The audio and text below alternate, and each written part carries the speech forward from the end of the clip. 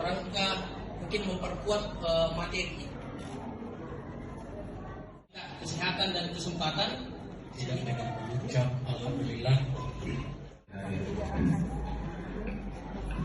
Kemarin saya di budaya positif yang lebih mengarah kepada itu, saya coba memberikan pemahaman kepada kita untuk namanya kita bermulai wassalamu ala ashabil anbiya wal mursalin sayyidina Muhammad wa ala ali, itu meningkat pada ucapan.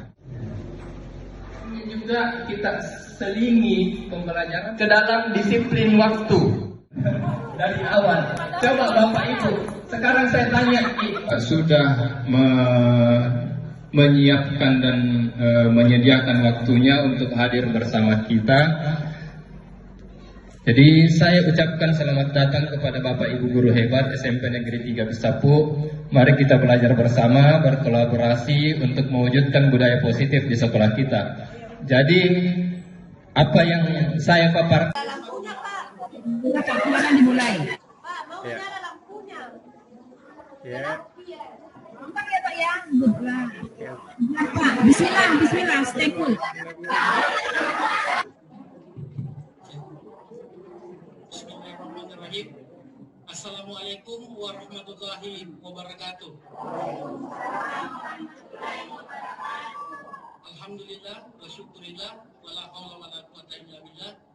Puji dan syukur kita panjatkan kehadirat Allah Subhanahu wa taala, Tuhan yang Maha Kuasa, yang telah memberikan kita kesehatan dan kesempatan sehingga pada hari ini kita bisa menghadiri kegiatan diseminasi mengenai pemahaman dan pengalaman budaya positif.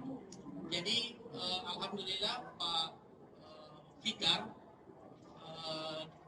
calon guru penggerak dari angkatan 7, ingin mencoba untuk diskusi. Jadi ini adalah praktik aksi nyatanya beliau yang sama-sama kita akan diskusikan sebentar terkait dengan pemahaman dan pengalaman budaya positif. Untuk itu Bapak Ibu sekalian, kami sangat berharap meminta sebentar diskusi umpan balik dan segala macam dalam rangka mungkin memperkuat materi ini, aksi nyatanya Pak Fikar.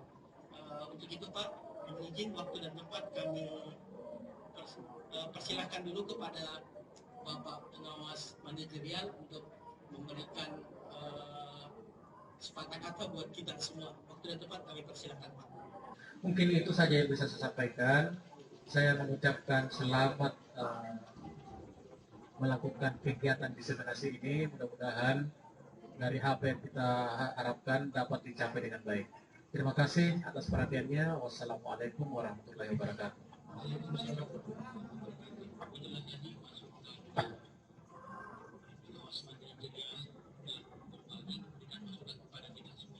Begitu kita berikan waktu yang banyak kepada Pak Sulfikar memulai dan menyampaikan aksi nyatanya pada modul 1.4.A.9 dalam program angkatan 7 SMP Negeri 1 Bengkulu.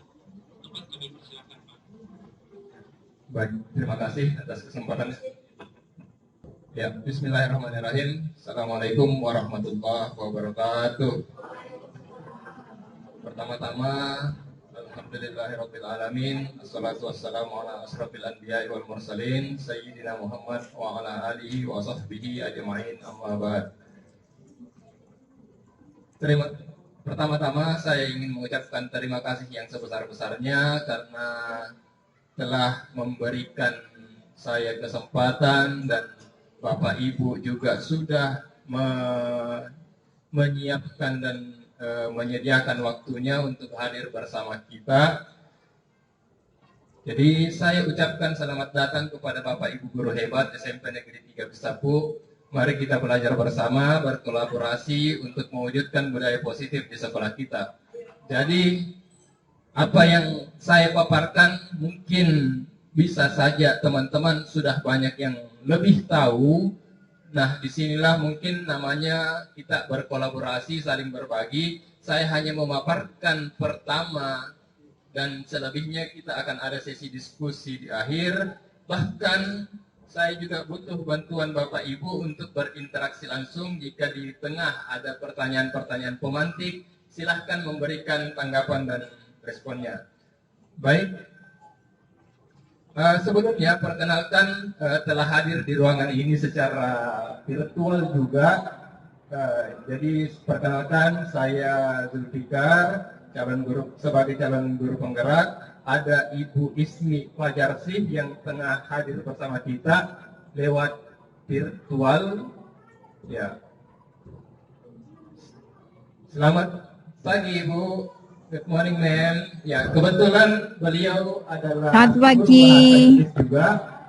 Jadi memang mungkin saya juga merasa bahagia karena beliau juga adalah guru bahasa Inggris yang bidangnya sama dengan saya. Kemudian perkenalkan juga pengajar praktis saya adalah Bapak Eroh Mutoat yang kebetulan hari ini berhalangan hadir karena di sekolahnya juga ada rapat penyusunan SKP. Ya, beliau adalah guru di SMA 2 Bantaeng. Ya, tetangga kita, sangat dekat. Ya, sayangnya bertepatan dengan kegiatan beliau di sekolah. Baik. Jadi berikut adalah rancangan tindakan aksi nyata saya sebelum saya melaksanakan kegiatan hari ini. Itu sudah melalui berbagai persiapan. Jadi diantaranya tentunya ada latar belakang alasan kenapa ini harus dilaksanakan. Jadi latar belakangnya adalah mewujudkan profil pelajar Pancasila dapat dilakukan dengan meningkatkan keimanan kepada Tuhan Yang Maha Esa serta pendidikan karakter untuk menciptakan murid yang berprestasi dan berakhlak mulia. Maka dari itu kita perlu melakukan pembiasaan-pembiasaan positif pada anak di lingkungan sekolah. Jadi Bapak Ibu, profil pelajar Pancasila ada 6. Yang pertama adalah beriman dan bertakwa kepada Tuhan Yang Maha Esa. Bersambung dengan kata berakhlak mulia, itu adalah poin pertama di profil pelajar Pancasila dari 6.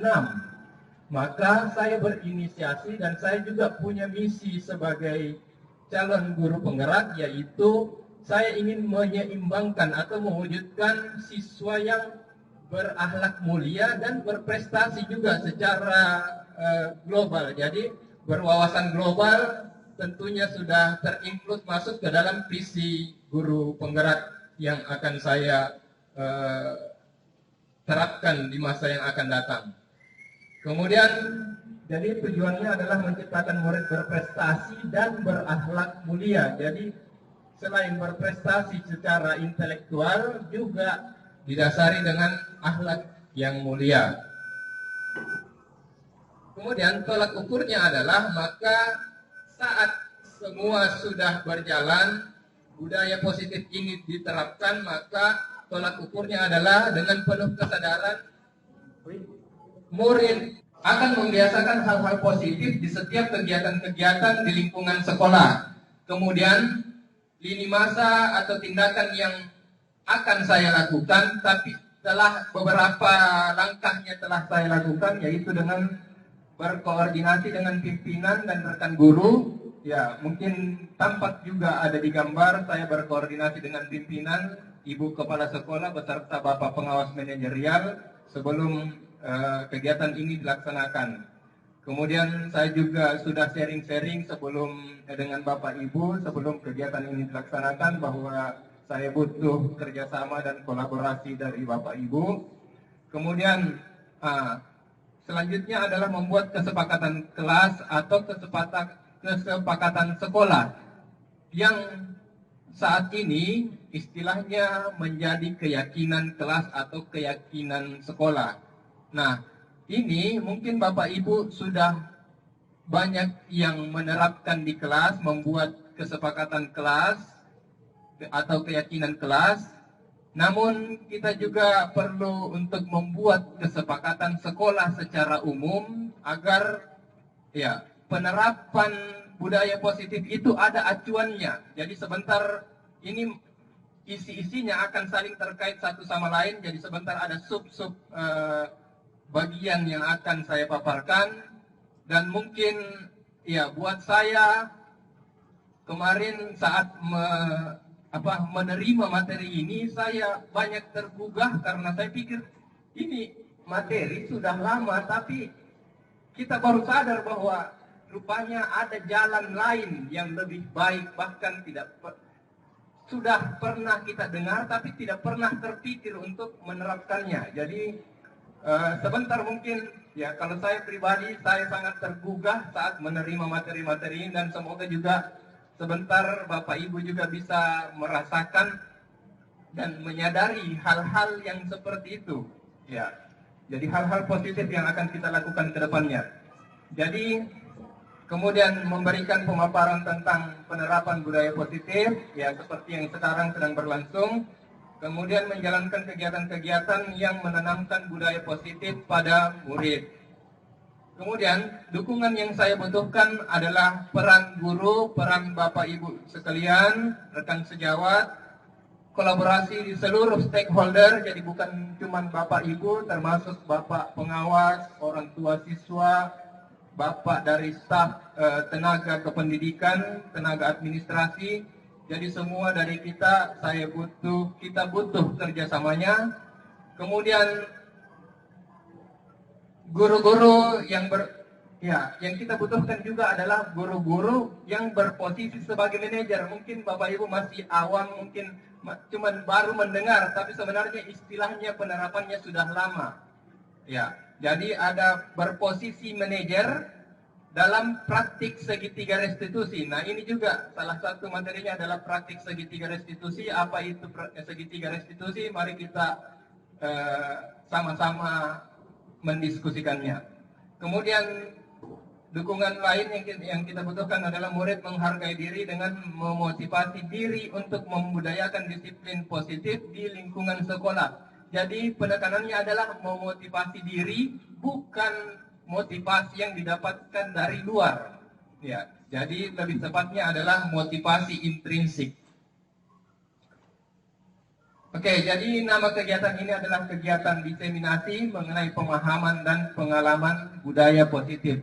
Jadi bagaimana pengalaman saya dalam penerapan budaya positif?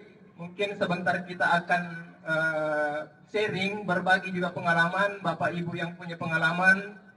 Sebentar kita ada sesi selanjutnya untuk saling berbagi.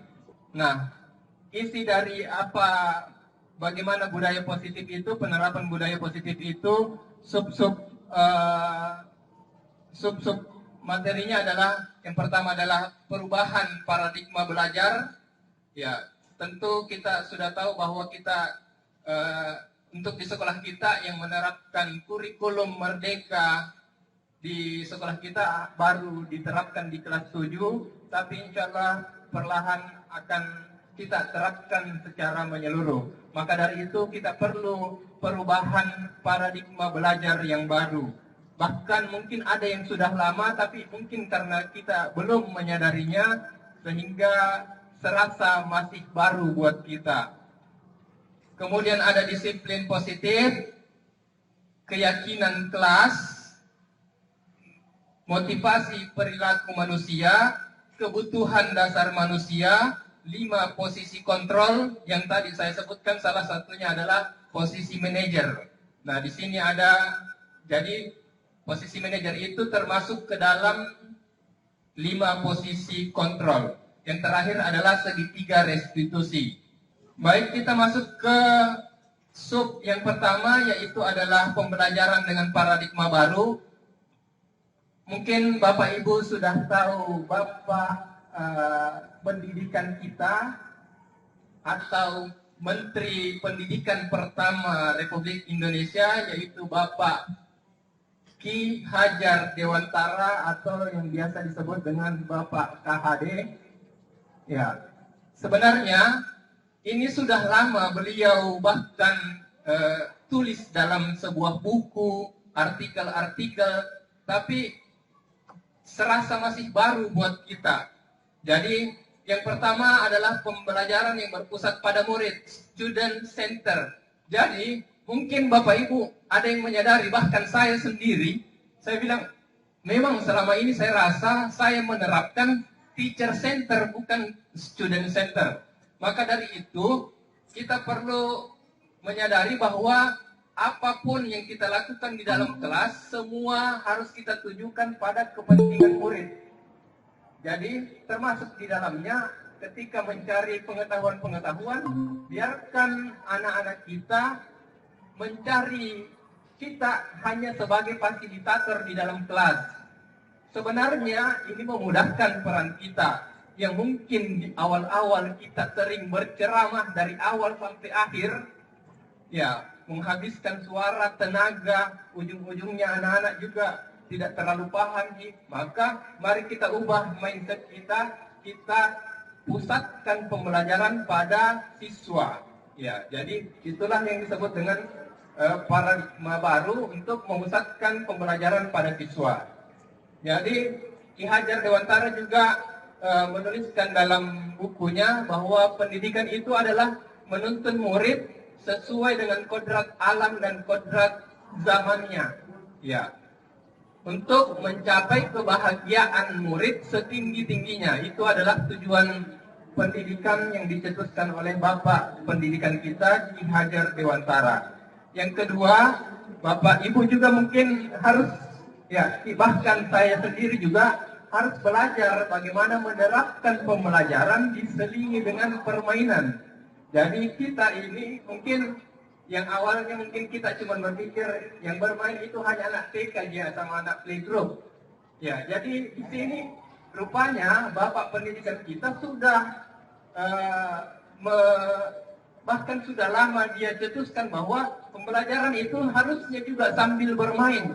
Jangankan kita yang mengajar di SMP, di mahasiswa di tingkat universitas pun masih banyak dosen-dosen yang melakukan kegiatan seperti ice breaking di dalam kelas. Padahal itu adalah sama dengan pembelajaran sambil bermain. Cuman kita belum terlalu menyadari bahwa pentingnya juga kita selingi pembelajaran dengan permainan. Jadi di sini kita diajak mari membelajarkan anak sambil bermain.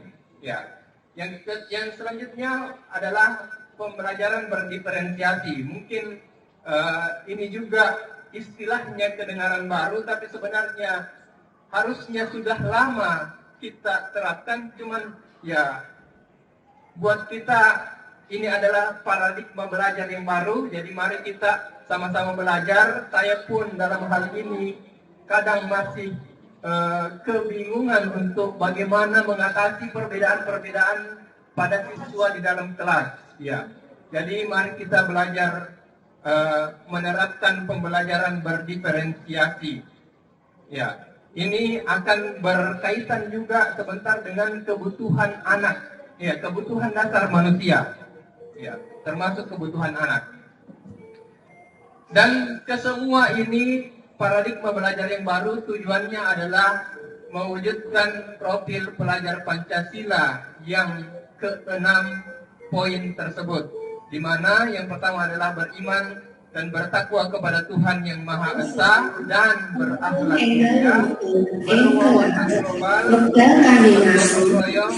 kreatif, bernalar kritis dan mandiri. Itu adalah profil-profil pelajar Pancasila yang kita jadikan sebagai acuan untuk kita capai dalam pembelajaran. Nah, yang kedua adalah disiplin positif. Sekarang Bapak Ibu mohon tanggapannya. Kira-kira Bapak Ibu mendengar kata disiplin, apa yang terlintas di benak Bapak Ibu? Taat, tepat waktu. Apalagi Bapak Ibu? Ya, Bapak. Iya. Ya, tata tertib. Ya, Pak Darwis mengingat dirinya sendiri katanya. Yang terlintas di benaknya adalah dirinya sendiri. Ya, ya wajar Bapak Ibu. Saya pun juga bisa demikian sama dengan Pak Darwis. Mungkin saya juga masih kadang ada sikap indisiplin mungkin, tapi mari kita sama-sama belajar menyadari hal itu dan berubah menjadi yang lebih baik. Nah, Oke, jadi apa itu makna kata disiplin? Nah, di sini sebenarnya kita sudah tahu. Sebelum Bapak Ibu menjawab, ya, di sini kita sudah tahu bahwa kebanyakan orang akan menghubungkan kata disiplin dengan tata tertib. Tadi ada Bapak Ibu yang menyebutkan. Kemudian teratur, kepatuhan ada disebut, ya, pada peraturan. Nah, ini sebenarnya Bapak Ibu kita tidak pernah mengatur. Saya sebelumnya tidak pernah mengatur Bapak Ibu. Bu, jawab sebentar, patuh kalau saya tanya ini. Secara alamiah, Bapak Ibu memang akan menjawab itu. Ya, karena di mana-mana kata disiplin yang terlintas di benak kita pasti mengenai kepatuhan, tata tertib, bahkan ada juga hukuman mungkin yang belum tersebutkan. Ya, nah, kata disiplin di sini sering dihubungkan dengan hukuman. Nah, padahal hukuman dan disiplin itu sungguh berbeda. Karena belajar tentang disiplin positif tidak harus selalu memberi hukuman, justru ingat ini juga poin pentingnya dan penekanan paling pentingnya di sini adalah justru hukuman adalah salah satu alternatif paling terakhir yang harus, kalau memang harus kita lakukan, tapi sebisa mungkin tidak dilakukan. Jadi Bapak Ibu, ya, mungkin selama ini sering berpikir, ya, disiplin itu memang perlu kekerasan, hukuman bagi anak sehingga baru bisa disiplin anak-anak. Padahal itu cara yang salah Bapak Ibu. Sebisa mungkin hukuman tidak kita berikan. Saya juga ketika mempelajari ini saya sering bercermin bahwa dulu saya sering-sering Bapak Ibu, tapi mungkin lebih baiknya saya tidak pernah menghukum dengan kekerasan pukulan, tapi saya biasa memberikan anak-anak hukuman berupa push up karena mungkin jiwa saya bilang saya suka bermain voli, saya suka olahraga sehingga saya butuh dasar-dasar. Anak-anak yang kuat fisiknya sering push up, jadi ketika ada pelanggaran di kelas saya bilang suruh anak-anak push up di kelas, padahal itu cara yang salah. Kenapa salah? Karena tidak relevan dengan pembelajaran kita. Itu bisa jadi benar kalau dia relevan dengan pembelajaran seperti PJOK misalnya. Ya, mungkin memang ada di dalamnya pemanasannya berbentuk push up, itu wajar dilakukan. Bahkan sebagai hukuman, dan itu tidak akan disebut sebagai hukuman di pelajaran PJOK karena dia relevan. Namanya akan berubah dari hukuman menjadi konsekuensi. Nah, itulah. Sebentar kita juga akan lihat perbedaan-perbedaan. Ada yang namanya hukuman, konsekuensi, dan ada lagi yang namanya restitusi, yang terbaik, jalan terbaik. Ya. Kemudian, ya, makna kata disiplin lainnya adalah sesuatu yang harus dilakukan orang lain untuk mendapatkan kepatuhan. Jadi kita cenderung menghubungkan kata disiplin dengan ketidaknyamanan. Jadi itu disiplin sering dihubungkan juga dengan ketidaknyamanan selain hukuman. Nah, ini sebentar ada di materinya, ada juga di 5 posisi kontrol. Ya, jadi Bapak pendidikan kita Ki Hajar Dewantara telah menyatakan bahwa di mana ada kemerdekaan, disitulah harus ada disiplin yang kuat. Sungguh disiplin itu bersifat self-disiplin, yaitu kita sendiri yang mewajibkan sekeras-kerasnya. Tetapi itu sama saja. Sebab jikalau tidak cakap melakukan self-disiplin, wajiblah penguasa yang lain mendisiplinkan diri kita. Saat kita menyadari diri kita sendiri bahwa kita tidak mampu mendisiplinkan diri kita, disitulah kita butuh orang lain untuk mendisiplinkan diri kita. Sama halnya siswa. Seandainya siswa semua sudah sadar bahwa ketika saya tidak mampu mendisiplinkan diriku, di situ saya butuh guruku untuk mendisiplinkan saya dengan caranya. Tapi sekali lagi, bukan dengan cara kita sendiri, kita akan kembalikan semua ke kepentingan siswa atau kebutuhan siswa kita. Jadi itu makna disiplin menurut Ki Hajar Dewantara. Jadi kesimpulan untuk disiplin positif ini adalah sebagai pendidik tujuan kita adalah menciptakan anak-anak yang memiliki disiplin diri sehingga mereka berperilaku dengan mengacu pada nilai-nilai kebajikan universal dan memiliki motivasi intrinsik. Ini juga penekanannya Bapak Ibu pada sub disiplin positif ini. Penekanannya adalah bagaimana mendapatkan motivasi intrinsik, bukan motivasi ekstrinsik atau dari eksternal. Selanjutnya adalah keyakinan kelas. Nah, Bapak Ibu mungkin yang masih awam tentang keyakinan kelas atau mungkin yang dulunya melaksanakan atau menerapkan kesepakatan kelas, ya, itu artinya Bapak Ibu sudah ada dasar, tapi mari kita samakan kembali persepsi kita. Mengapa keyakinan kelas? Di sini ada pertanyaan pemantik Bapak Ibu. Pertanyaan utamanya adalah mengapa keyakinan kelas? Mengapa bukan peraturan kelas saja? Ya. Hanya berbeda kata keyakinan dengan peraturan. Nah, sekarang untuk menjawab pertanyaan utama tersebut, mari kita jawab pertanyaan pemantik kecil di bawah ini. Mengapa kita memiliki peraturan tentang penggunaan helm pada saat mengendarai kendaraan roda 2? Coba Bapak Ibu, kira-kira kenapa kita harus pakai helm saat pakai motor, mengendarai motor? Untuk keselamatan, untuk keamanan, mematuhi peraturan. Jadi keselamatan, keamanan, dan mematuhi peraturan. Yang kedua, misalnya, mengapa kita memiliki peraturan untuk menggunakan masker dan mencuci tangan setiap saat, apalagi saat pandemi dan bahkan sekarang masih pandemi. Kenapa disarankan untuk mencuci tangan dan memakai masker? Kira-kira apa yang mendasari Bapak Ibu? Menghindari virus. Menghindari virus itu tujuannya untuk apa? Menjaga kesehatan. Nah, sebenarnya ini keyakinan kelas, perbedaan dengan aturan kelas adalah terletak pada nilai yang kita pegang. Kalau peraturan, kita hanya akan berpikir bagaimana kita menghindari ketidaknyamanan dari menerima hukuman. Padahal seharusnya yang kita perlu sadari bahwa kita disuruh pakai helm adalah untuk keselamatan kita sendiri. Seandainya peraturan itu tidak disebut dengan peraturan dan tidak diwajibkan, maka kita yang harus menyadari untuk mementingkan nilai-nilai yang kita yakini sendiri, sehingga itu disebut dengan keyakinan. Ya, karena kita sadar dengan nilai-nilai keselamatan saat mengendarai motor, nilai-nilai kesehatan saat memakai masker dan mencuci tangan, itulah sebenarnya yang disebut dengan keyakinan, sehingga dinamakan dengan keyakinan, bukanlah peraturan. Sudah selesai. Kemudian ini proses pembentukan keyakinan sekolah atau keyakinan kelas. Ya, Bapak Ibu mungkin yang sudah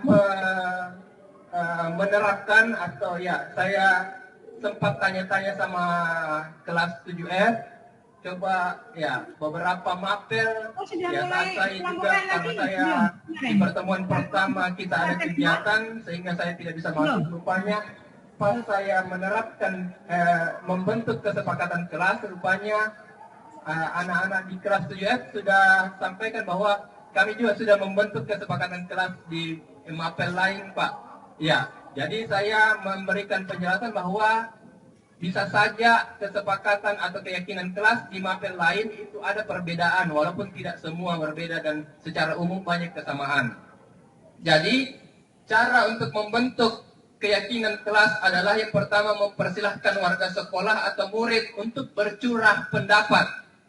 Kalau keyakinan sekolah, maka kita mempersilahkan seluruh warga sekolah untuk mencurahkan pendapatnya, apa nilai-nilai yang akan kita pegang. Ya. Atau tentang peraturan dan nilai yang menyebabkan nilai-nilai itu kita pegang. Nah, kemudian setelah mencurahkan pendapat, kita mencatat semua masukan itu.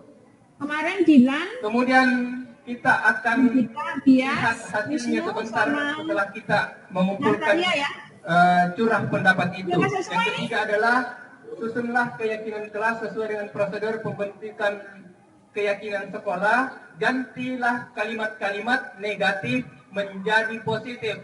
Nah, ini siapa tahu Bapak Ibu yang sudah membentuk kesepakatan kelas, kalau kita lihat curah pendapat anak-anak banyak masih ada terdapat kalimat negatif seperti misalnya dilarang buang sampah sembarangan. Itu namanya kalimat negatif, Ibu. Positifnya adalah menjaga kebersihan kelas. Jadi yang negatif kita ubah menjadi positif. Jadi keyakinan kelas sebaiknya berbentuk positif. Tidak ada kata tidak, dilarang, atau jangan. Nah, itu yang kita hindari dalam keyakinan kelas. Kemudian setelah itu kita tinjau kembali daftar curah pendapat itu. Ya, tentunya bersama dengan warga kelas atau warga sekolah. Setelah itu bahkan bisa jadi kita tinjau berulang-ulang seperti sekarang ini. Setiap pertemuan saya biasanya mendapatkan pelanggaran atau melanggar keyakinan kelas yang baru, tapi rupanya belum tercantum dengan baik, maka biasanya kembali saya ingatkan. Biasa juga ada di antara keyakinan kelas itu sebenarnya sudah include di dalamnya. Misalnya, dilarang membuang sampah di dalam kelas. Maka yang di luar kelas tidak tercover. Padahal harapan kita adalah di luar dan di dalam. Maka dari itu ketika diubah menjadi menjaga kebersihan, itu secara umum sudah menjangkau baik di dalam kelas maupun di luar kelas. Ya. Kemudian ini juga yang namanya keyakinan kelas sebaiknya tidak terlalu banyak agar mudah. Karena sebenarnya di antara keyakinan kelas bisa saja itu sudah mewakili satu, mewakili yang lain. Ya, sebentar saya akan contohkan karena saya ada contohnya. Bahkan rekaman video anak-anak yang membentuk kesepakatan kelas di kelas. Kemudian ini yang perlu kita garis bawahi juga, sebenarnya kita harus menempel dan memajang hasil keyakinan kelas yang terbentuk itu. Kalau dia keyakinan sekolah, maka kita harus pajang di luar agar dilihat oleh warga sekolah. Kalau dia adalah keyakinan kelas, maka dia harus dipajang di dalam kelas kita. Ini hanya contoh bahwa bagaimana pembentukan kelas. Dari kesemuanya di sini terlampir apa-apa yang telah disebutkan oleh kelas 7F. Ada datang tepat waktu, menghargai pendapat teman kelas dalam diskusi, memberi salam ketika masuk kelas, kemudian mengumpul HP saat masuk kelas, kemudian mengumpulkan tugas sesuai jadwal, memakai pakaian dengan rapi, mendengarkan setiap penjelasan yang diberikan oleh guru, dan banyak lagi Bapak Ibu. Nah, sekarang Bapak Ibu bisa lihat. Yang pertama ini ada melewati beberapa proses. Setelah terkumpul, saya perbaiki beberapa kalimat. Yang pertama adalah merubah yang kata-kata negatif menjadi positif. Jadi di sini sudah terbentuk kalimat positif semua. Dari kalimat-kalimat positif ini karena jumlahnya masih terlalu banyak, maka saya menyederhanakannya sampai mendapatkan tersisa 8 nilai keyakinan yang diperoleh dari keyakinan kelas tersebut. Jadi mungkin datang tepat waktu sudah termasuk ke dalam disiplin waktu. Ya. Kemudian menghargai pendapat teman dalam diskusi. Jadi bukan hanya dalam diskusi, tapi semua kita harus selalu saling menghargai. Maka keyakinannya adalah cukup saling menghargai dan saling menjaga. Ya. Kemudian berpakaian rapi, ya. Ini tadi ada juga yang menyarankan atau mencurahkan pendapatnya dengan tidak boleh memakai topi di dalam kelas. Di atas juga sudah ada memakai pakaian dengan rapi. Maka sebenarnya memakai topi di dalam kelas karena hal yang tidak sesuai pada tempatnya maka seharusnya sama, sudah include masuk ke dalam berpakaian rapi. Sama halnya berpakaian pramuka di hari Senin, itu juga tidak sesuai tempatnya. Maka walaupun dia kelihatan rapi, tapi sesungguhnya nilai kerapian tidak termasuk di dalamnya. Sehingga kata berpakaian rapi sudah bisa mewakili kedua pendapat tersebut. Oke, selanjutnya adalah motivasi perilaku manusia. Nah, di sini motivasi merupakan dorongan yang timbul pada diri seseorang secara sadar atau tidak sadar untuk melakukan suatu tindakan tertentu. Ini yang disebut dengan motivasi. Nah, apa saja motivasi perilaku manusia? Sekarang mungkin saya berikan contoh Bapak Ibu. Sebagai seorang guru, saat Anda hadir di kelas tepat waktu, motivasi apakah yang mendasari tindakan Bapak Ibu? Apakah Anda datang tepat waktu karena tidak ingin ditegur oleh atasan, ataukah tidak ingin mendapatkan surat peringatan, atau mau atau ingin mendapatkan pujian dari atasan? Ya, ini adalah beberapa alasan yang bisa jadi alasan Bapak Ibu dalam melakukan sesuatu yang positif. Datang tepat waktu pada saat pembelajaran. Kira-kira Bapak Ibu yang mana alasannya? Apa alasannya Bapak Ibu datang tepat waktu? Sadar bahwa itu tanggung jawab. Wah, super sekali. Itu mungkin jawaban yang paling kita harapkan. Jadi, namun, ya, mungkin itu kalau ya orang yang memang sudah sadar dari awal. Coba Bapak Ibu, sekarang saya tanya Bapak Ibu, ada yang daftar calon guru penggerak? Ada. Sekarang Bapak Ibu, saya tanya apa alasan tak daftar calon guru penggerak? Adakah karena disuruh sama ibu kepala sekolah?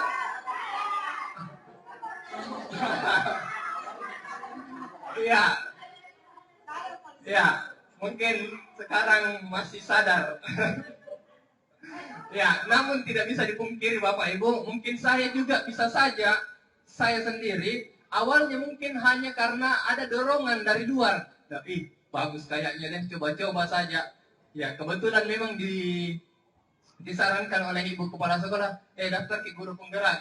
Ya, awalnya coba-coba. Ya, sehingga mungkin dalam perjalanan bisa mungkin menyadarkan kita sehingga bisalah berubah motivasi itu. Oh, rupanya dulu saya termotivasi secara eksternal bukan intrinsik. Maka mari kita ubah itu secara perlahan bahwa memang kita sendiri yang ingin menjadi guru penggerak. Ya. Jadi saya kira sangat diapresiasi Bapak Ibu yang mendaftar calon guru penggerak tanpa dorongan dari luar, hanya kesadaran dari dalam diri Bapak Ibu. Iya, dorongan dari dalam rumah.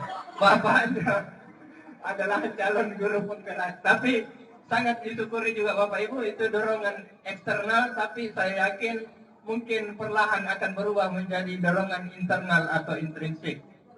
Nah, sekarang mari kita mengulas apa saja motivasi perilaku manusia.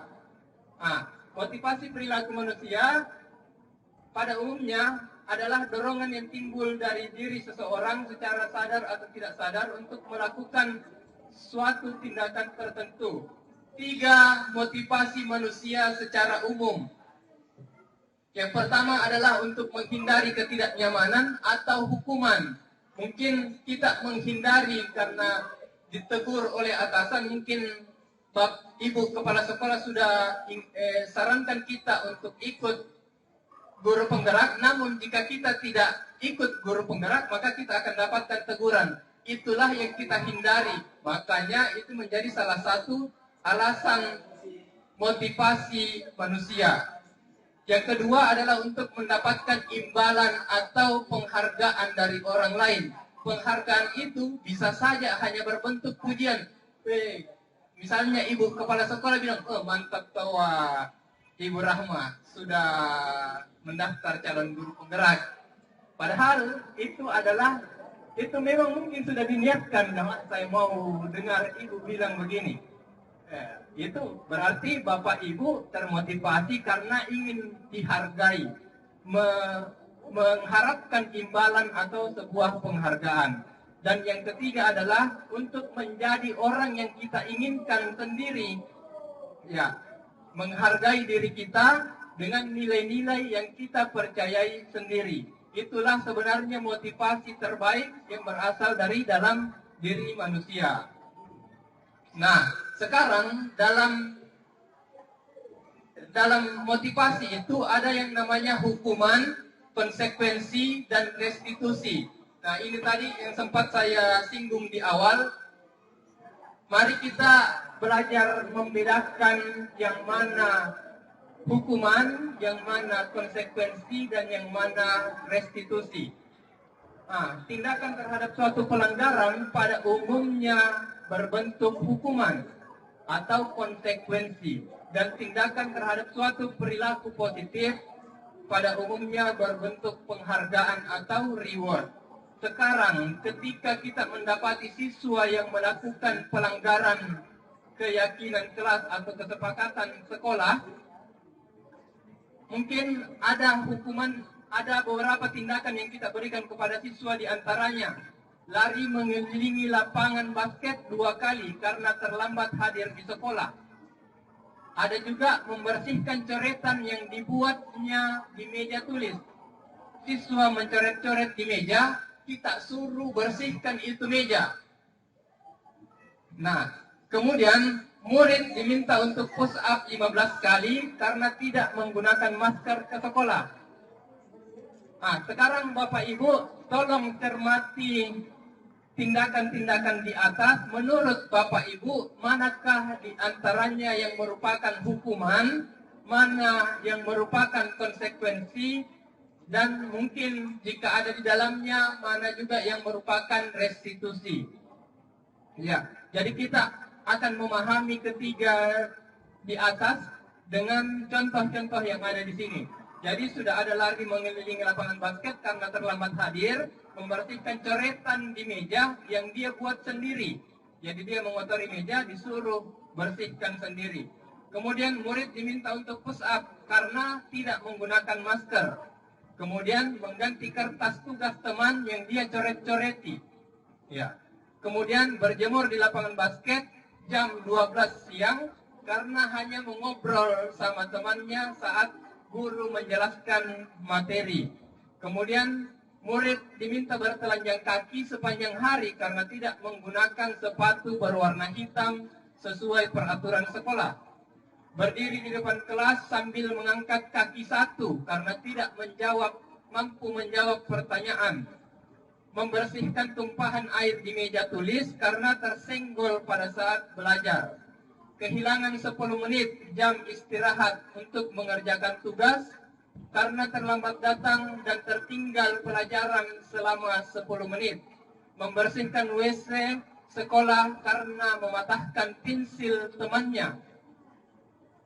Sekarang Bapak Ibu, kira-kira yang pertama, lari mengelilingi lapangan basket karena terlambat, apakah termasuk hukuman atau konsekuensi? Hukuman. Ya.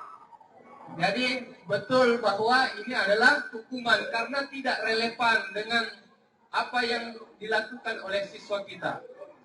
Kemudian membersihkan coretan yang dibuat di meja tulis. Ya, itu adalah konsekuensi. Apa yang dia lakukan, dia sendiri yang menebusnya. Itu namanya konsekuensi. Murid diminta untuk push up 15 kali karena tidak menggunakan masker ke sekolah. Hukuman. Jadi, ya, antara hukuman dan konsekuensi, saya yakin dari contoh yang di atas sudah menggambarkan pemahaman Bapak Ibu bahwa Bapak Ibu sudah bisa membedakan antara hukuman dan konsekuensi. Sekarang mari kita mendalami sampai kita memahami juga yang namanya dengan restitusi. Sebelumnya ada juga pembelajaran menarik tentang hukuman dan penghargaan. Ini juga sangat menggugah saya, di mana sebelumnya saya memahami bahwa ya, bahkan saya pernah mendapatkan di dalam pelatihan-pelatihan, bahkan saran dari pengawas-pengawas mata pelajaran kita bahwa di dalam kelas menerapkan pembelajaran jangan bosan-bosan untuk memberikan, apakah itu berbentuk penghargaan kepada siswa yang aktif di kelas. Misalnya, bagus nak, jawaban tak sudah benar. Itu sebenarnya adalah termasuk ke dalam penghargaan. Tapi rupanya Bapak Ibu, ada juga jenis-jenis penghargaan yang tidak dibutuhkan, bahkan tidak sesuai dengan keyakinan kelas kita atau budaya positif yang harus kita terapkan. Nah, sekarang saya mungkin ingin mencoba memberikan Bapak Ibu contoh. Saya skip saja, bahwa video yang akan saya tampilkan sebenarnya hanyalah hubungan antara ayah dengan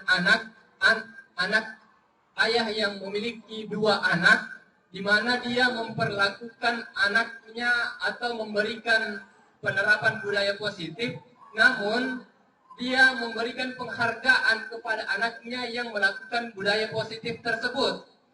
Nah, pada saat dia memberikan budaya positif, di video tadi seharusnya tampak bahwa dia memberikan penghargaan ke anak yang satu, yang awalnya tidak kelihatan dia akan juga memberikan penghargaan. Tapi seandainya itu terjadi, dia hanya memberikan penghargaan pada 1 anak, maka yakin bahwa anak yang satu tidak mendapatkan penghargaan, akan merasa terhukum Bapak Ibu. Jadi penghargaan itu bisa saja menjadi sebuah hukuman. Yang awalnya namanya penghargaan berubah menjadi hukuman karena dia tidak mendapatkan penghargaan itu. Jadi penghargaan itu berubah menjadi hukuman ketika penghargaan itu tidak didapatkan secara adil oleh anak yang lain. Misalnya, orang tuanya hanya menyediakan 1 penghargaan, sementara semuanya melakukan penerapan budaya positif, hanya 1 yang diberikan, maka itu menyebabkan iri hati sehingga anak-anak yang tidak mendapatkan penghargaan itu merasa dihukum, padahal dia tidak dihukum. Ya, hanya karena adanya penghargaan pada orang lain menjadi hukuman buat dia, maka tidak semua penghargaan itu baik Bapak Ibu. Nah, itu mungkin esensi dari penghargaan itu. Nah, di sini sebenarnya ada panjang, tapi mungkin intinya sudah termasuk dari apa yang telah saya jelaskan barusan, bahwa penghargaan itu tidak selamanya baik. Ya, ada penghargaan yang menghukum, bahkan di sini ada penghargaan yang merusak hubungan emosional antara guru dan siswa ataukah antara orang tua dengan anaknya. Ya, selanjutnya adalah konsekuensi, sudah mungkin Bapak Ibu pahami. Kemudian, nah, restitusi, apa yang dinamakan dengan restitusi? Jadi tadi kita sudah paham apa itu konsekuensi dan hukuman. Sekarang apa itu restitusi? Nah, restitusi adalah proses menciptakan kondisi bagi murid untuk memperbaiki kesalahan mereka. Anak-anak yang berbuat salah bukan dihukum, melainkan fokusnya adalah memperbaiki kesalahannya dan mengembalikan siswa kita ke asalnya. Di mana asalnya? Asalnya adalah bermain bersama teman-temannya, ceria bersama teman-temannya.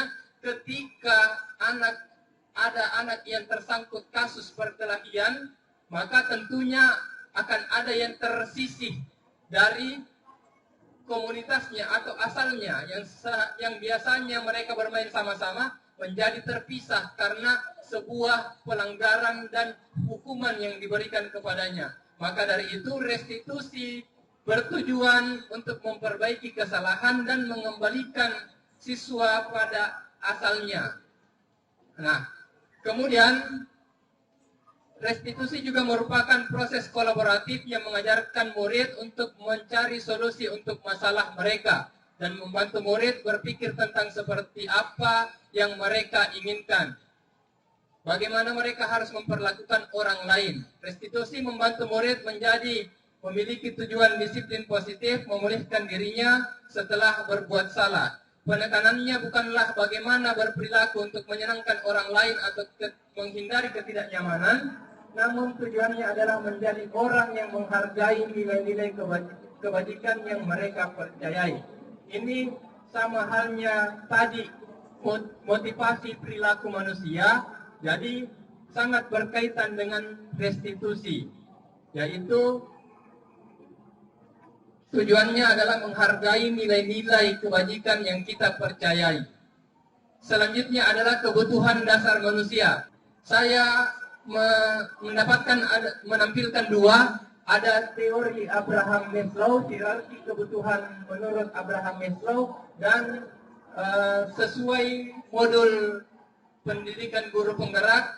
Ya, kalau di modul pendidikan guru penggerak, 5 kebutuhan dasar manusia adalah, yang pertama adalah kebutuhan bertahan hidup atau fisiologis, kemudian penguasaan, kasih sayang dan rasa diterima, kebebasan dan kesenangan. Dibandingkan dengan teori Abraham Maslow, ada kebutuhan fisiologi, rasa aman, kasih sayang, penghargaan, dan aktualisasi. Setelah saya cermati, perbedaannya sebenarnya kebutuhan bertahan hidupnya itu sama, ada. Yang berbeda adalah rasa aman ada di Abraham Maslow, sedangkan kebebasan ada di program guru penggerak, di modul guru penggerak, dan tidak ada di Abraham Maslow. Jadi ini bisa kita gabungkan menjadi kebutuhan dasar manusia. Jadi ada bertahan hidup. Yang perlu kita garis bawahi dalam kebutuhan dasar manusia adalah tindakan manusia itu selalu didasari oleh kebutuhan dasarnya. Mungkin Bapak Ibu pernah mendengar kasus anak yang memalak.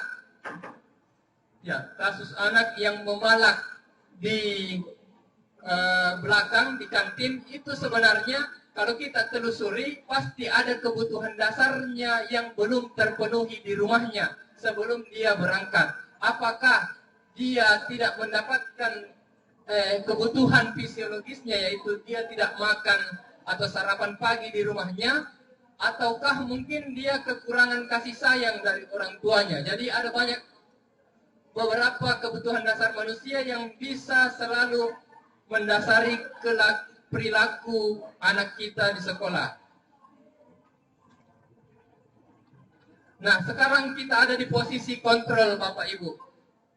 Tolong coba Bapak Ibu perhatikan manakah di antara kata-kata Bapak Ibu ketika menangani sebuah kasus yang Bapak Ibu sering ucapkan kepada siswa.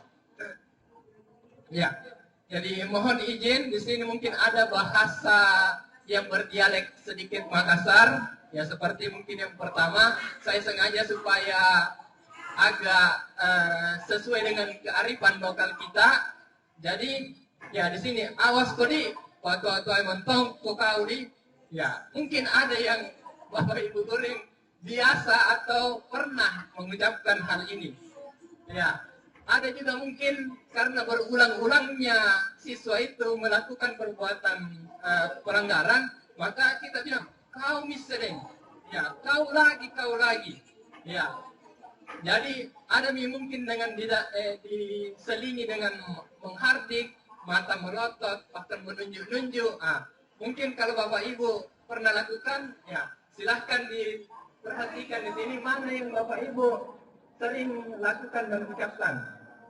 Ya, ada juga mungkin ibu kecewa sekali dengan kamu. Berapa kali kamu harus diberitahu biar mendengar? Bagaimana kalau sampai orang tuamu tahu? Saya bantu ki, tapi bantu kak juga nah?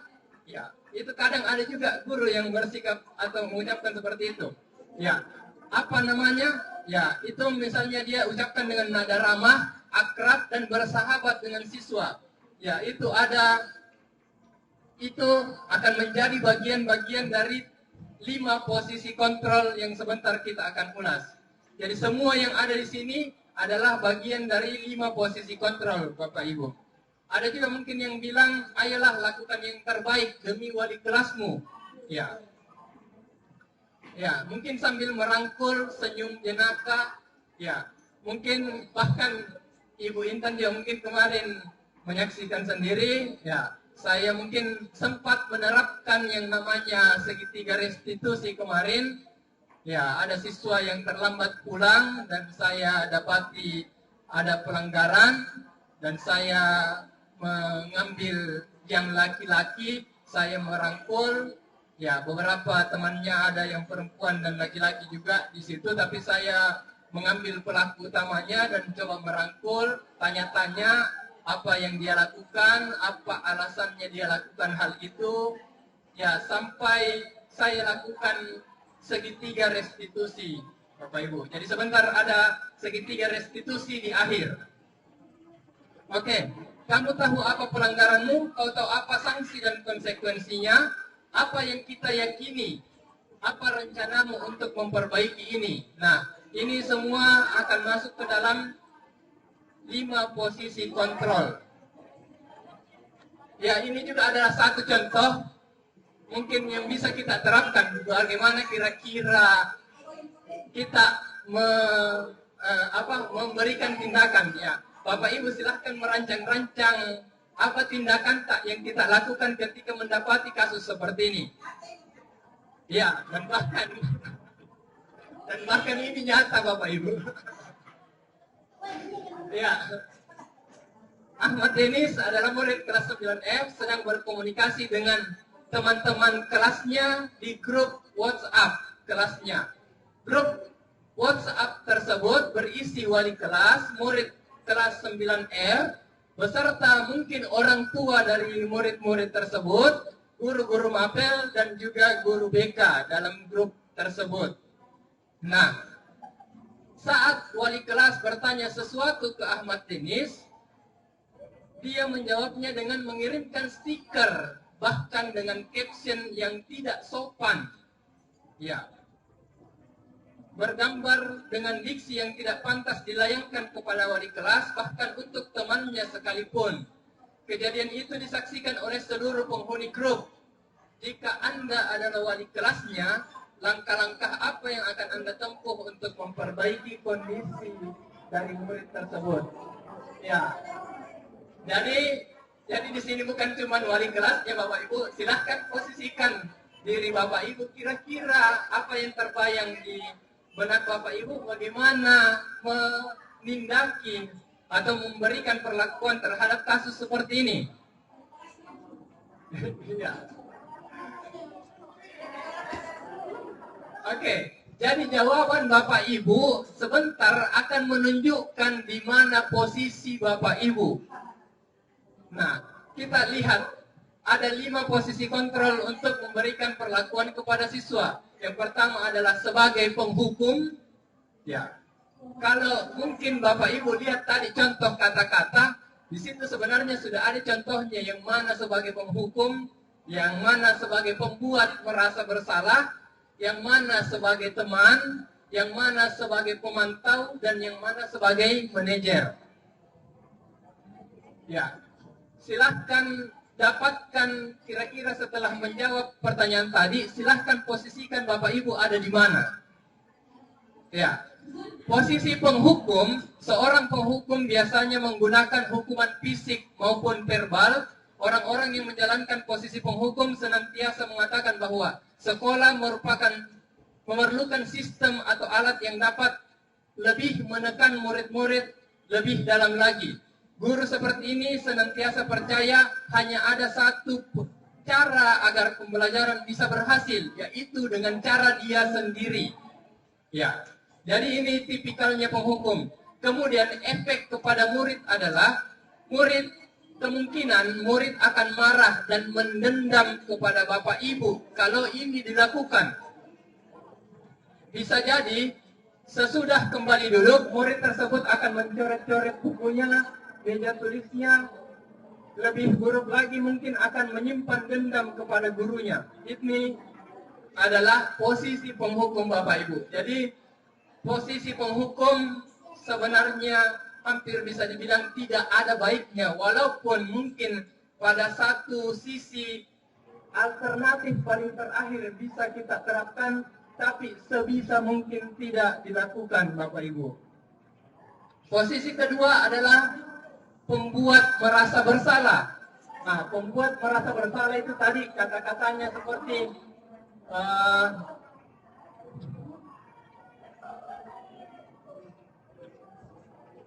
ya, kalau pembuat merasa bersalah itu mungkin kita bilangi, ibu kecewa sekali sama kamu. Nah, maka pasti secara tidak langsung merasa.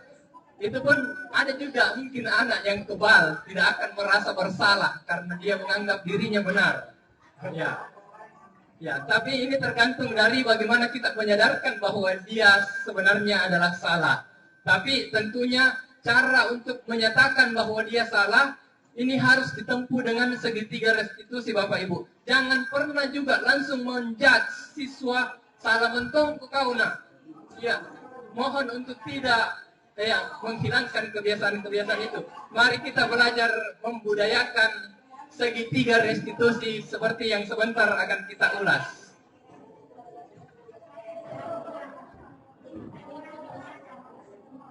Ya, jadi itu tadi pembuat merasa bersalah. Ada juga mungkin berapa kali Ki harus saya beritahu nak biar mendengar Ki. Itu juga adalah kata-kata pembuat merasa bersalah.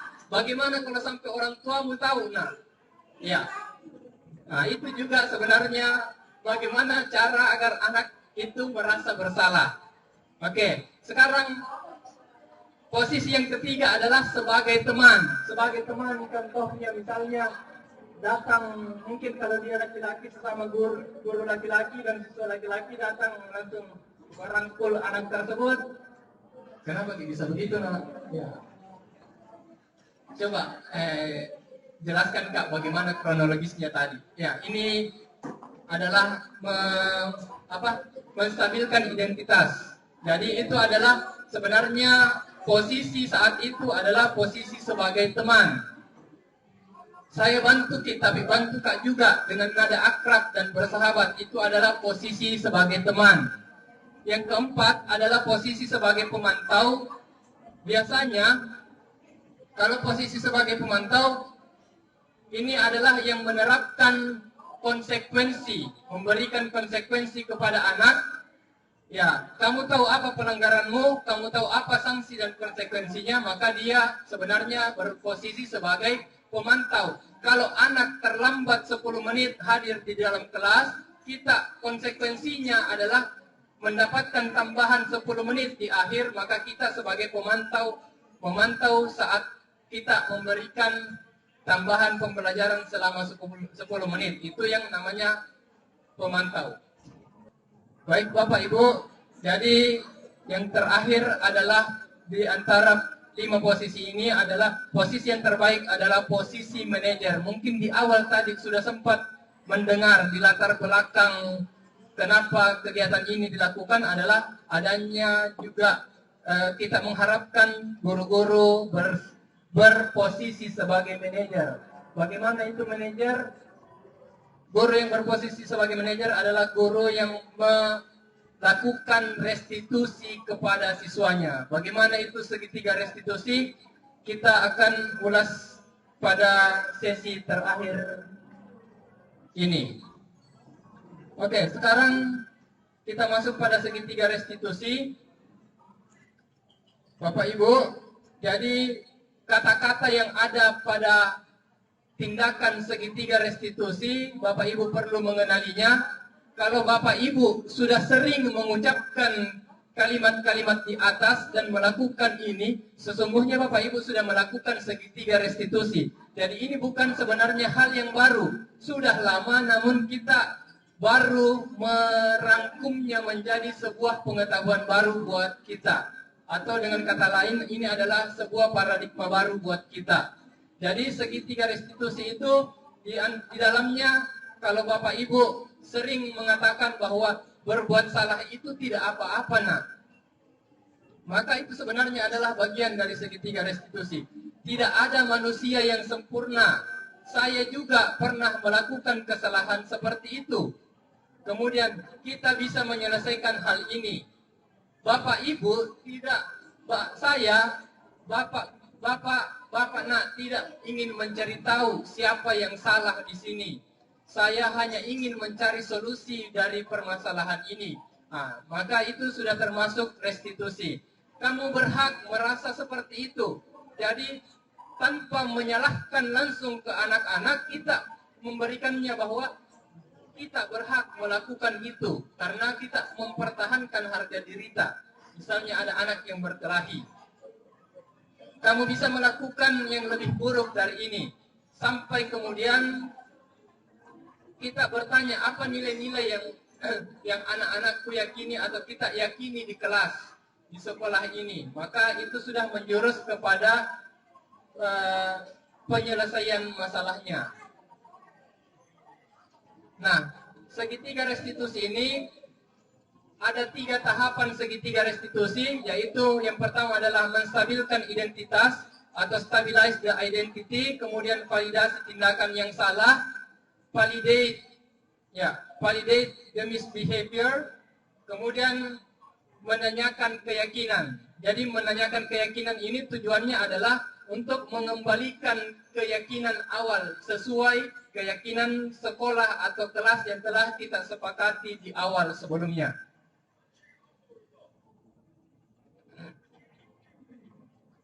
Jadi yang perlu Bapak Ibu pahami bahwa yang pertama menstabilkan identitas.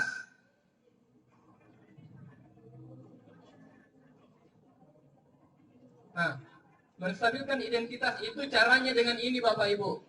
Kita seolah-olah tidak juga membenarkan perilaku anak yang melanggar keyakinan kelas itu. Namun kita hanya berusaha untuk tidak langsung menyudutkan anak, kemudian baru secara perlahan menyadarkan kesalahan anak tersebut.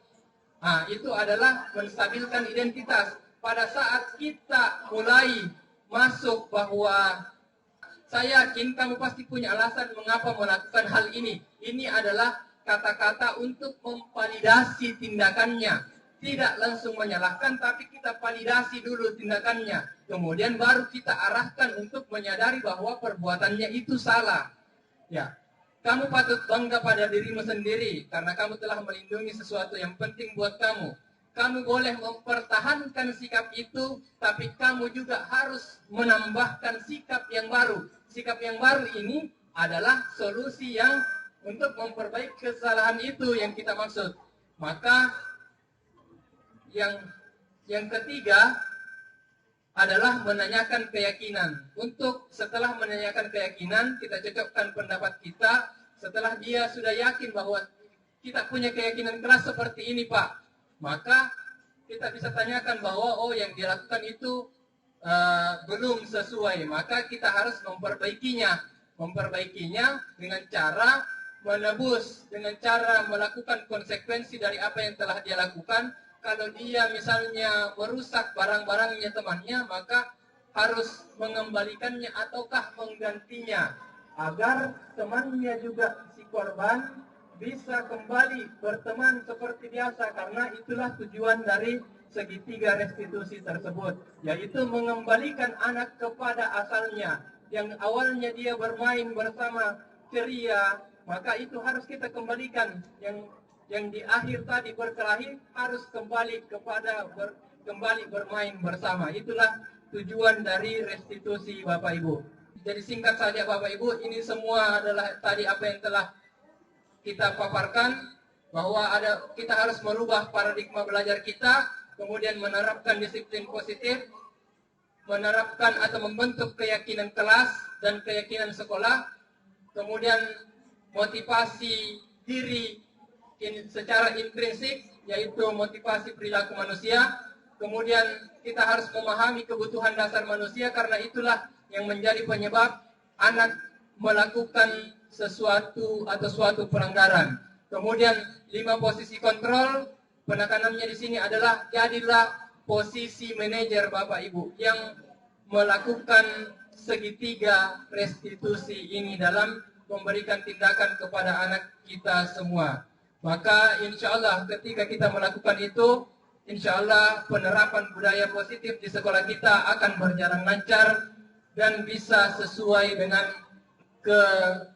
harapan kita ke depannya. Mungkin demikian Bapak Ibu, saya kembalikan kepada Bapak moderator kita.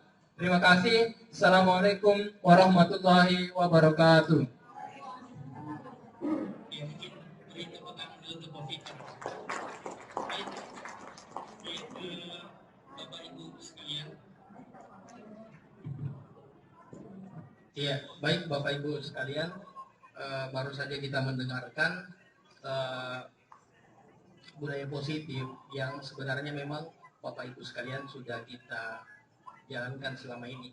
Ya, tapi ada memang beberapa yang mesti harus kita berbenah sebagai guru belajar, bahwa kita tidak bisa langsung menjustifikasi kesalahan-kesalahan yang dilakukan oleh murid kita. Oleh karena itu, Bapak Ibu sekalian, satu saja mungkin pertanyaan Pak ya, saya mohon izin di satu saja pertanyaan dari Bapak Ibu sekalian. Habis ini mungkin kita akan pergi melayat ke rumah duka. Untuk itu saya berikan kesempatan kepada Bapak Ibu yang ingin mengajukan pertanyaan kepada Pak Fikar. Atau memang sudah paham semua Pak ya, Ibu? Ada pertanyaan Ibu Rahma, calon guru penggerak angkatan 9. Oke, baik. Saya pikir tidak ada, mungkin Pak Darwis. Oh, ada Pak Sarif. Silahkan Pak. Waktu dan tempat kami persilakan Pak.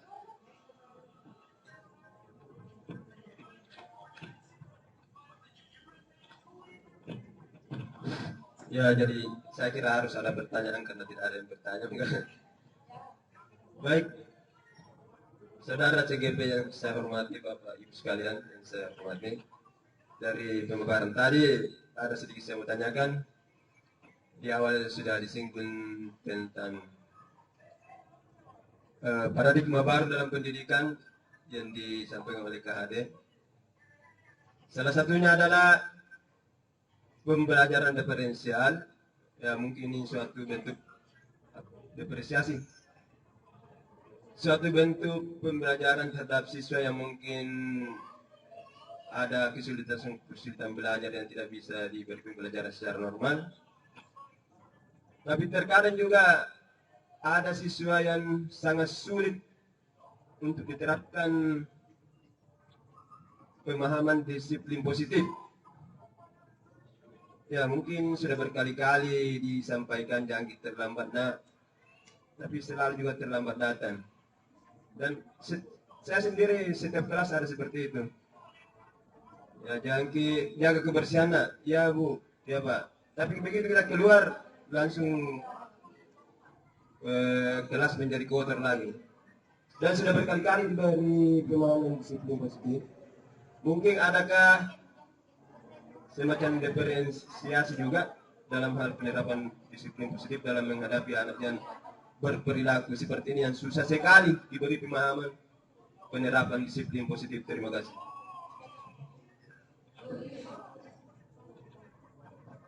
Ya, jadi pertanyaannya Pak, menurut Pak Syarif bahwa terkadang ada anak-anak juga murid kita yang susah sekali mengaplikasikan itu disiplin positif.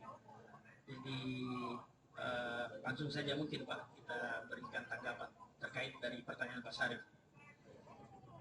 Ya, terima kasih atas pertanyaannya Pak Syarif.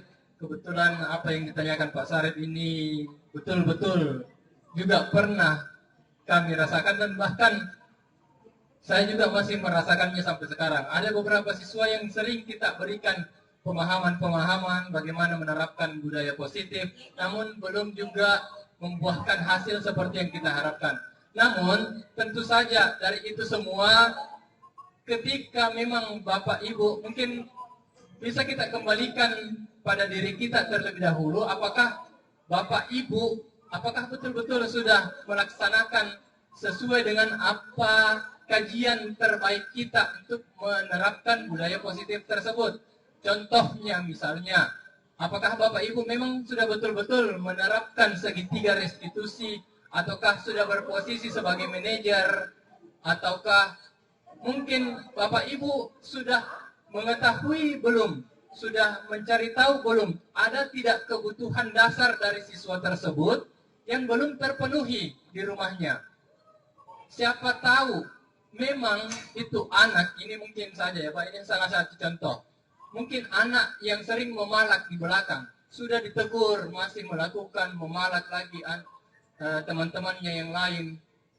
Coba kita cari tahu Bapak Ibu, apakah betul di rumahnya dia tidak sarapan waktu berangkat ke sekolah? Apakah betul dia kebutuhan akan kasih sayang dari orang tuanya sudah terpenuhi atau belum?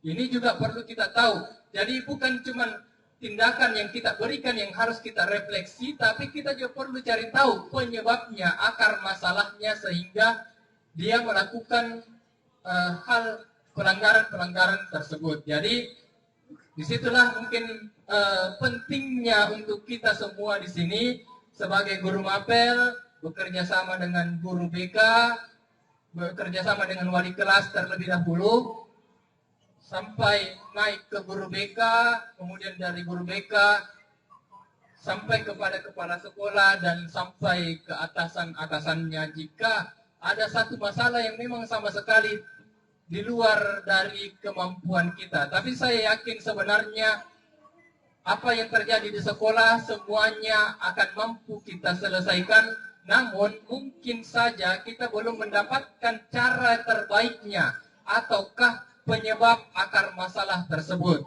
Oleh karena itu, mungkin yang bisa saya sampaikan di sini, kalau mendapatkan hal seperti itu, mari kita cari tahu sampai ke akar-akarnya, apa penyebabnya dia berulang-ulang melakukan kesalahan tersebut. Ketika sudah mendapatkannya, barulah mungkin efektif kita melakukan posisi manajer atau segitiga restitusi yang telah kita kaji seperti yang tadi. Mungkin demikian apa yang bisa saya berikan. Ya, saya kembalikan kepada Bapak Moderator. Itu tadi tanggapan dari Pak Fikar. Jadi memang Pak, sebenarnya katakanlah siswa yang terlambat Pak. Jadi pada prinsipnya kan tidak mungkin mau disuruh lari-lari atau kita hukum. Jadi yang relevan dengan itu ya kita bikinkan manajemen waktu. Jadi kita arahkan siswa, kita cari tahu dulu apa sebenarnya aktivitasnya sepulang sekolah sampai dengan tidur dan jam berapa dia bangun. Jadi memang pada posisi murid terlambat itu ya harus detail memang tidurnya jam berapa, bangunnya tadi, apa yang aktivitas apa. Nanti setelah kita tahu aktivitasnya hari itu, baru kita bisa arahkan anak-anak untuk, contohnya ini apabila suka terlambat, kita arahkan anak-anak murid kita bahwa ternyata banyak waktu sebenarnya yang terbuang percuma dengan aktivitas yang tidak perlu itu. Jadi anak-anak bisa mengurangi, tadinya main game 3 jam. Jadi kita bukan melarang jangan main game, tidak. Jadi tetap itu akan perlahan, tetap main gamenya itu cuma 1 jam saja. Bisa itu kira-kira. Jadi seperti ini yang mungkin dimaksud dengan keyakinan kelas itu. Jadi kita tidak langsung menghukum anak-anak jika anak-anak membuat kesalahan itu sendiri. Sekali lagi Bapak Ibu sekalian, mohon tidak langsung menjustifikasi anak-anak kita apabila apalagi kita di sini sekolah yang besar, kompleks sekali masalahnya anak-anak Ibu. Cari tahu dulu kebutuhan dasarnya. Bisa saja Bapak Ibu, anak-anak kita tidak mengerjakan atau tidak mengumpulkan tugas, ternyata mereka juga sementara survival, bertahan hidup dengan kondisi keluarganya yang mungkin harus dicari-cari tahu ini anak-anak tak semua Bapak Ibu. Jadi bukannya saya meminta pemakluman terhadap kita semua, tapi alangkah baiknya sebelum kita menjustifikasi anak-anak, kalau bisa jangan dilakukan, kita cari tahu dulu apa sebenarnya kejadian atau hal yang menyebabkan itu terjadi. Mungkin itu saja pada kesempatan ini. Terima kasih Pak Fikar, waktu dan tempat telah berbagi bersama kami di sini dalam rangka mungkin peningkatan kompetensi guru-guru di SMP Negeri 3 Bisapu telah berbagi, dan insya Allah mudah-mudahan kami semua bisa menyusul seperti Pak Fikar, bisa lulus di calon guru penggerak angkatan 9 yang sementara masuk tahap seleksi ini. Sekian Bapak Ibu, terima kasih atas waktunya. Saya akhiri dengan wassalamualaikum warahmatullahi wabarakatuh.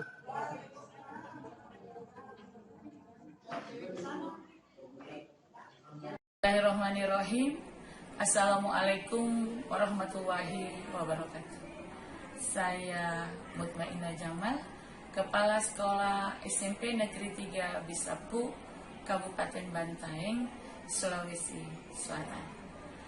Kami sangat bangga kepada guru kami, Bapak Sulfikar SPD. Bismillahirrahmanirrahim. Assalamualaikum warahmatullahi wabarakatuh.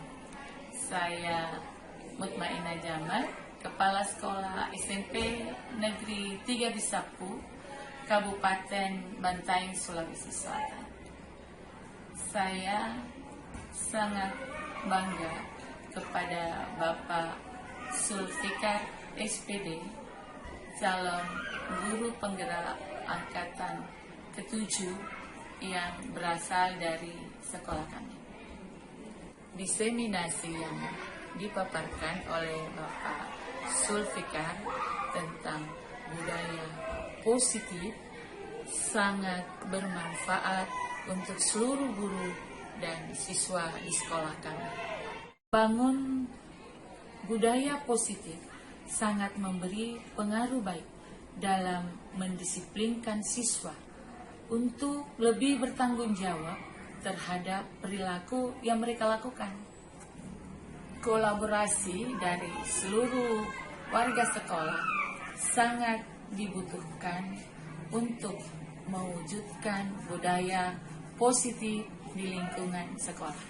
Harapan kami kepada Bapak Sulfikar bisa membagikan ilmu dan pengalaman yang telah didapatkan di pendidikan calon guru penggerak kepada seluruh rekan sejawat di sekolah untuk bisa sukses bersama di dunia pendidikan.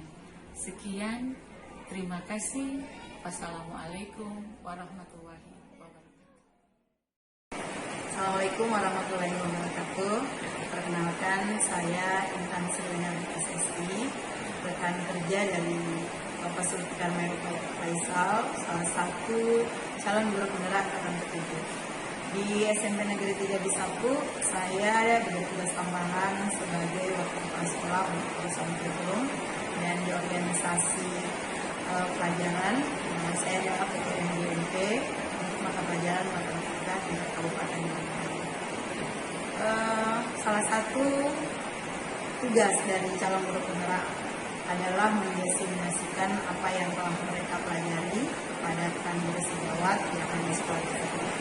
Materi yang dibawakan oleh Pak Sulfikar adalah tentang budaya positif yang akan diterapkan tentunya di lingkungan sekolah.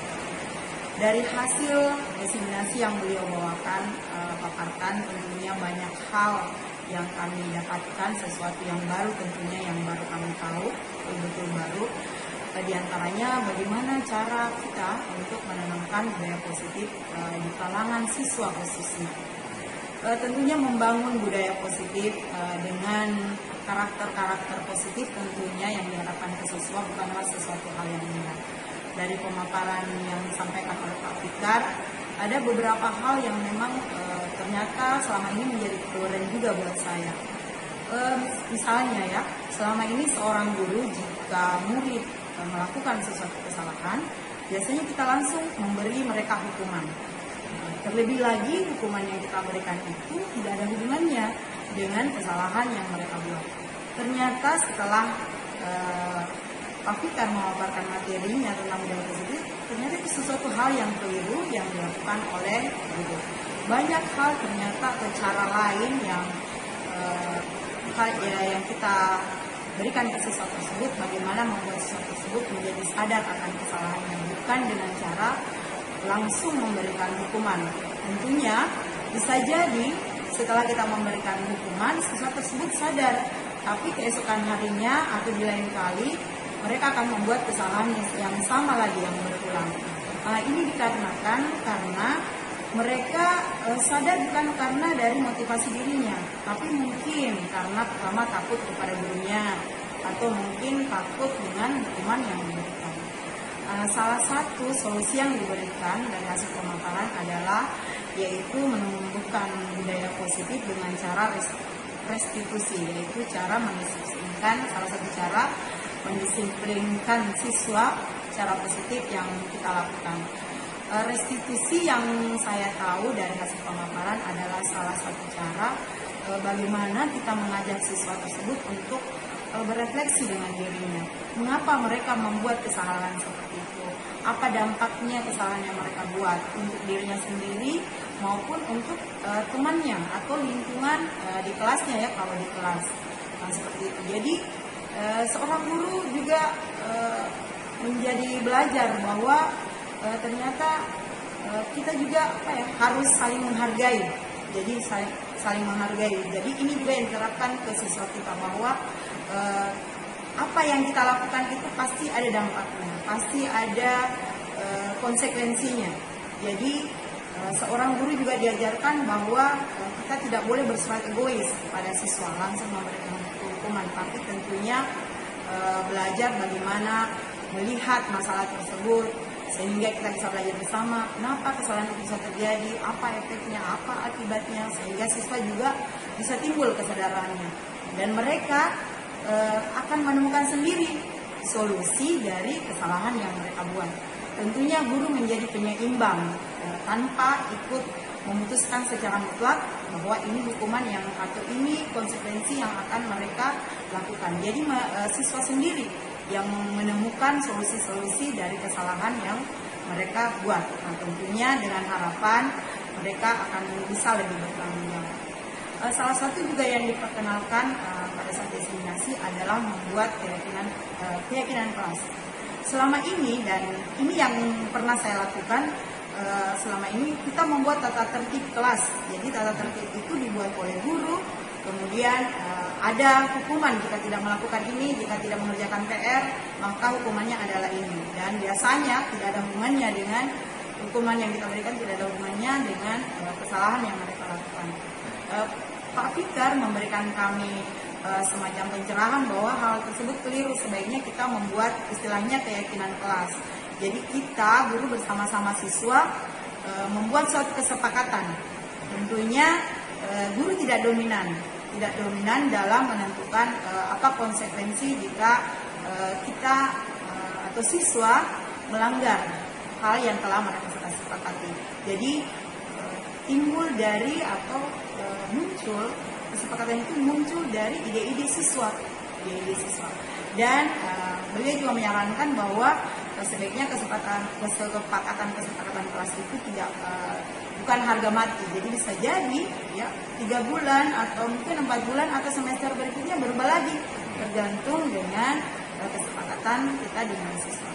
Jadi betul-betul apa yang disampaikan oleh beliau itu sangat memberikan inspirasi bahwa sebaiknya kekeliruan yang kami lakukan sebagai guru sebaiknya diperbaiki. Jadi bukan menjadi hal yang memalukan ya jika kita memang melakukan kesalahan, kenapa tidak untuk diperbaiki jika memang itu menuntut kita untuk ke jalan yang lebih baik atau yang lebih positif.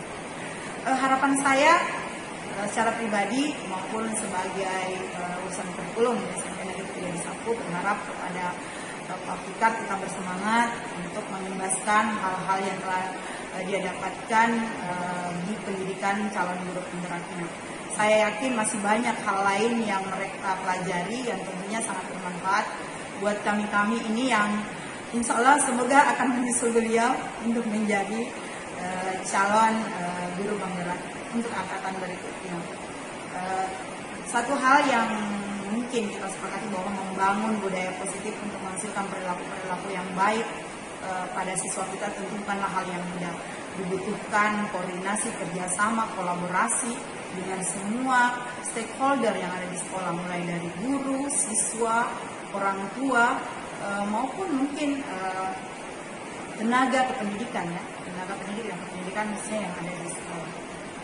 Sekira itu yang apa yang saya dapatkan dari hasil diseminasi beliau, dan apa harapan saya kepada beliau, tetap semangat, jangan pernah menyerah untuk menyebarkan hal-hal yang baik kepada kami semua yang ada di sekolah SMP. Terima kasih. Assalamualaikum warahmatullahi wabarakatuh.